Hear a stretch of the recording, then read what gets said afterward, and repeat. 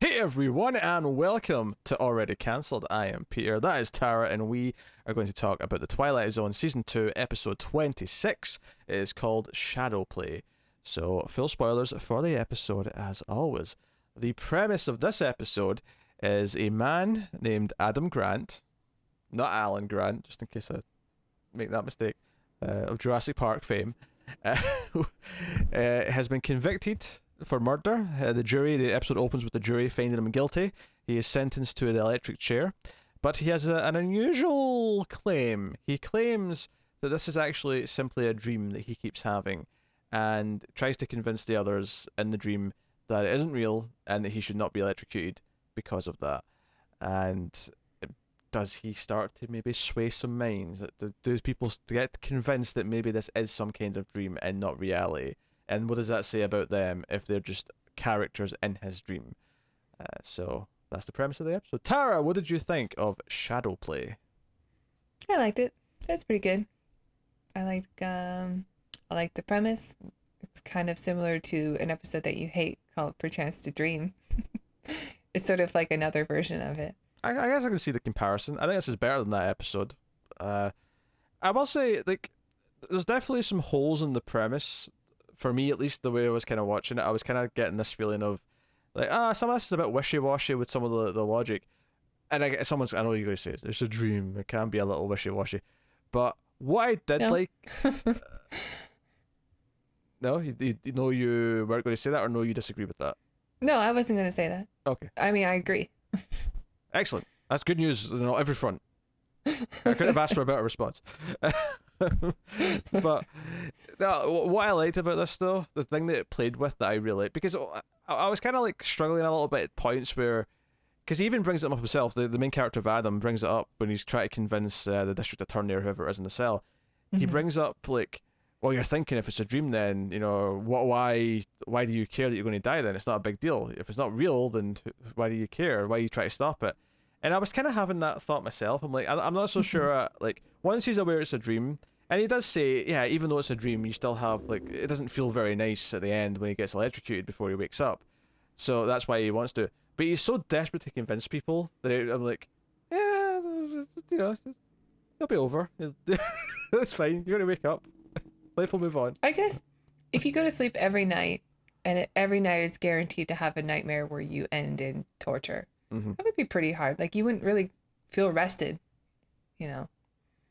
Yeah, I guess for me, it'd be more interesting just to see him so defeated because he just knows that it's coming.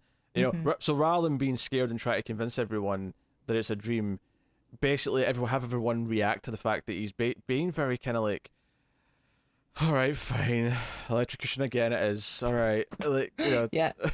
just something like that sort of mentality. Did you want it to be a time loop where we got to see multiple versions of it? No, because I just watched the time loop episode of the new Twilight Zone, so I had my time loop fill for the day.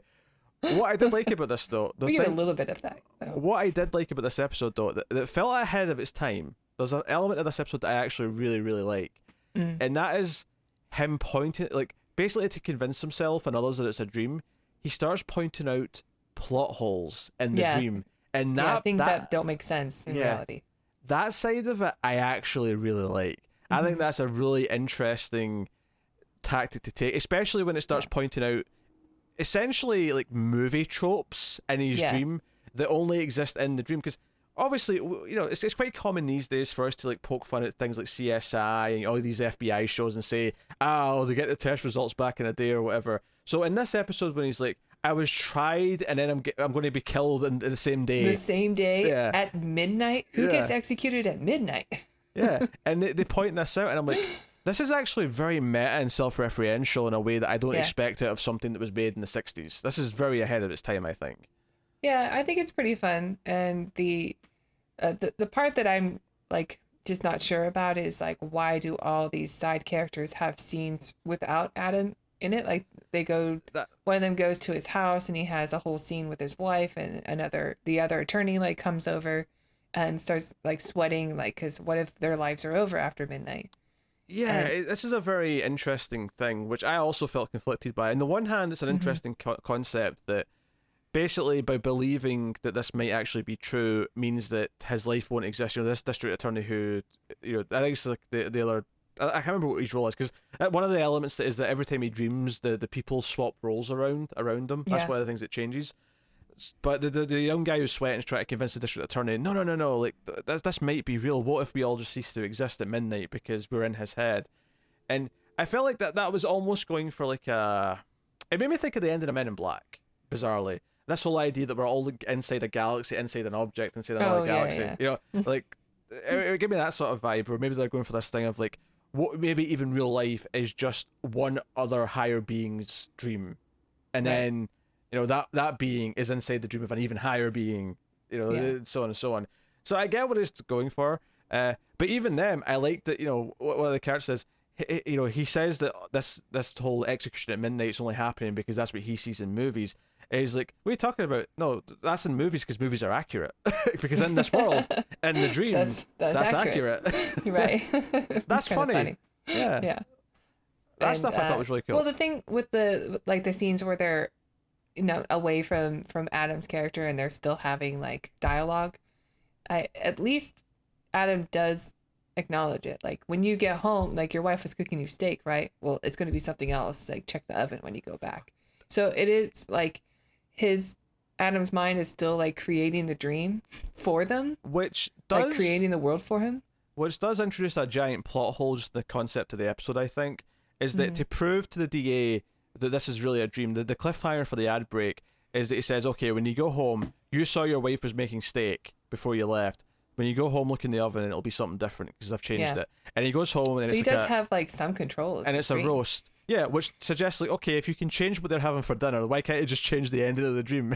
Why can't you make like the prison doors made of pudding? Yeah, yeah, you can literally change anything you want. Like, why not just? Well, it is more of like he needs to convince them.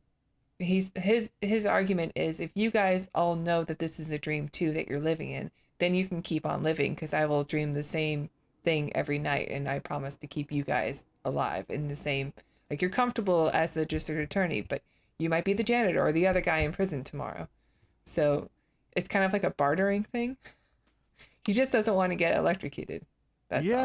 Yeah. It's one of those things where try to think of it in the context of like not the real person, because obviously this is a real person who wakes up and has a life, and presumably when he's having a life, he doesn't really care about this dream that he's having. It's only the version in the dream who actually has to worry about the pain of the electrocution, who cares about trying to stop it.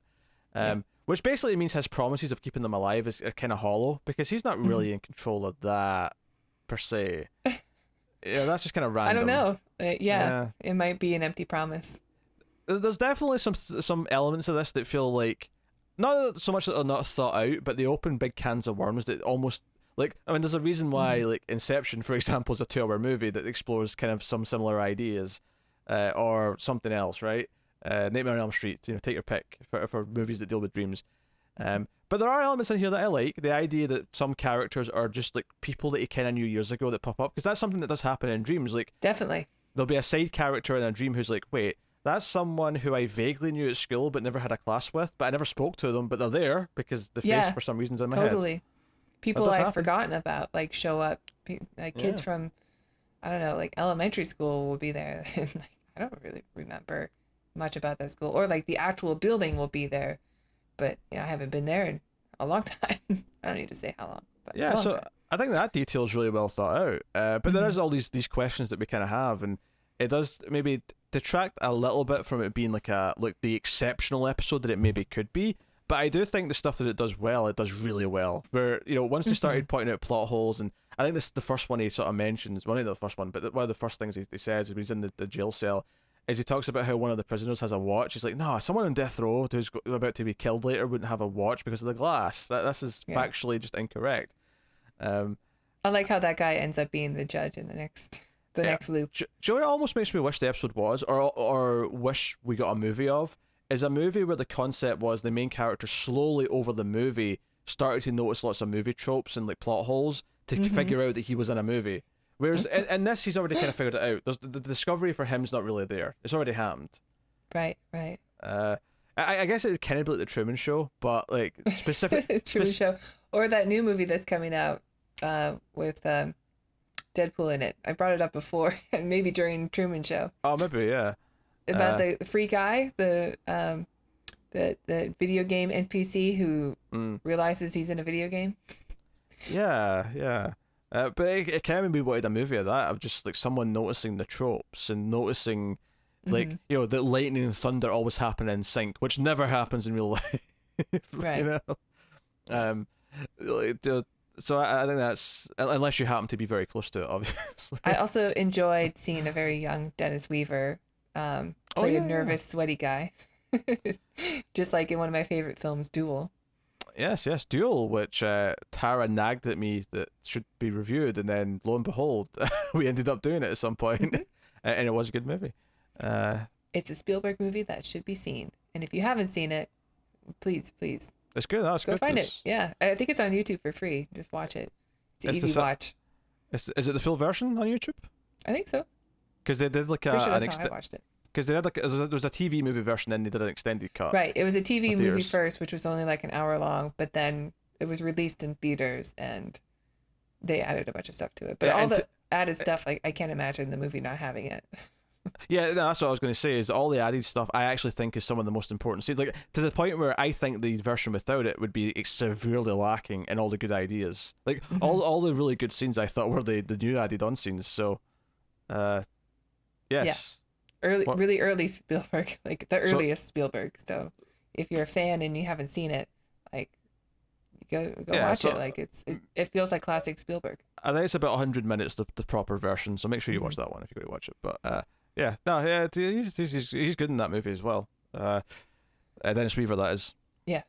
So no, and he's solid here. Bizarrely though, I think the DA actually has the more kind of interesting character to play. He's followed through most of the episode. Like when they cut to his wife like cooking steaks in the oven, I was like, wait, did something happen? Like, is there it felt very odd, and like somebody else coming in all sweaty, what if our lives are over? Yeah, because it almost felt like it cut to a sitcom. I was like, wait, did something happen? Did my Blu-ray malfunction? Did they accidentally print like the second half of like some 60s sitcom? It felt like a totally different episode. Yeah, no, I felt that way too. I think when it does well, it does very well, and I think the meta stuff and the plot hole discussion and even the what was the other thing we mentioned that was good? the idea of the side characters and the dreamlike things that feel sort of genuine, right? That feels very good. I think, and even overall pretty good. Even the choice of lighting at the start of the episode when it opens, where he's just sitting in the dark, and then the light comes on, and it's like it expands like a dream, where just all of a sudden you're in a room. It kind of had that feeling to it. So again, it's trying to emulate that feeling of a dream. I like it, and I like the personal torture that Adam has to go through. Like, you have to sleep. It's kind of the Nightmare on Elm Street situation. Except he dies in his sleep, but he doesn't die in real life. But it's still like, do I want to go to sleep? Because I know I'm going to go through this again. I actually thought the moment, because basically the DA believes him at the last possible minute, and he phones the governor or whoever to get him a pardon, and there's this really sort of dark for the time period, especially where you can see him through the window with a sack over his head, but the phone call doesn't come in quick enough, and the executioner or whoever's flipping the switch flips it anyway, and you see him kind of like shaking in the back, and I kind of laughed in a sort of dark way because it was kind of funny, because it was, I don't know, just. But then I stopped and thought about it and went, that was actually a really dark visual for 1961 TV. Totally. Yeah. Totally. That definitely was. So, fair play. I think that stuck out in my mind. So, I think it pushes some boundaries. I think there's definitely some. That's almost what feels like one that needs more time to really like explore all the ideas that it puts forth. And maybe that's the only real critique I can give it, is that a couple of the avenues should be further explored, but you've only got 25 minutes, so. This is, I do like the choice of mostly following the DA though, and his big decision and his stress, and it's a countdown to the end of his life, so he's the one like we're following really, and the other guy too, whose name I can't remember. I don't know who he is in this IMDb list because they're all named people, not by jobs, so I don't know, except for Father Beeman. If anything, I might have even started the episode focusing on him as well, and kind of really make it his episode. So that it's more about him becoming to the belief that he's in a fake world and the choice he makes. But because we start on on the convicted man who's dreaming, it kind of feels like it switches main character, which maybe has a little bit of disconnect there. Yeah, a little bit, but it's still overall pretty good, I thought. No, it's good. It's got a lot of good ideas, and I feel like it's pushing boundaries. So I would recommend this one, and think it's definitely worth watching. But with some nitpicks to be had, though, for sure. So that is Shadowplay. Rod Serling did appear at the end of the episode. I assume though the ending where he did promotion again got cut. You know what though? On this one, it did cut off, but you barely right it before the end of it, you hear him go and then it cuts to the music. Yeah, this one felt especially kind of because this isn't just a message from our sponsors, it's just good advice, and then continues to just do his sponsorship, and it felt kind of like, you CD bastard, Rod. You're trying to pretend that you really care about it, and maybe he does, but it's cares about that money. He does. I suspect he does. He wants season 3 to him. Yeah. So yes, episode 27 coming up. It's called The Mind and the Matter. And here's the description. Using the power of mind over matter, Archibald Beechcroft, what a name! Archibald Beechcroft. That sounds made up. Remakes the world to his own specifications. And, Serling says that, there's consequences to that. So we'll see how that is. It sounds like a fine concept. That said, though, the average rating on IMDb does look a bit on the low side compared to most of the episodes. So we'll see. We'll see how it... Sometimes we don't, always agree with that. That's true. Never mind. I thought it said Rod Serling was going to be in it uncredited. I'm like, well, yeah, he's the narrator. Of course he's going to be in it. Yes. Yes, and this one's written by Rod Serling, so we'll see. Well, and obviously he does write some great episodes as well, but sometimes not always. Directed by Buzz Kulik. Way to go. Lots of good names in this episode. That is the name. Yeah, what is he known for? Brian Songs, starring James Caan. With hair. That's a fair point. He was directing stuff all the way up until 1992. Very cool. Okay. Well, Buzz, let's see what you got next week. Yeah, and then Buzz... Same with you, Rod. Buzzed out in 1999, age 76. I'm sorry, I just wanted to do the buzz. Yeah, it wasn't very good. Yeah, I agree. You know what? They can't all be winners. Sometimes I regret my words and deeds. Okay, but we learn. You just edit it out. We move on. No, I have integrity. I'll keep it in. I'll let them see it. You know what? Good for you. I don't want to appear like this perfect individual because I edit everything out that makes me look, or sound kind of not perfect. It's a good thing I'm not in charge of this editing, because I definitely would do that for me. Yes, but how much of you would be left if everything that you thought was imperfect would be cut out? Yeah. Notice my phrasing there. I probably there. would just re-record this. Yeah. With a recording of you. Notice my phrasing there. I didn't say it was imperfect, that Tara thinks is imperfect. There's a key difference there in my phrasing that I want to be noted. Mainly by Tara, more than anyone else. Thank you. So there you go. I'm my harshest critic. Yes. So there you go. That has been episode 26 of season 2. We'll get a few left of the season. So we'll see you next time. So yeah, cool. So that is Shadowplay. I was trying to think of the title.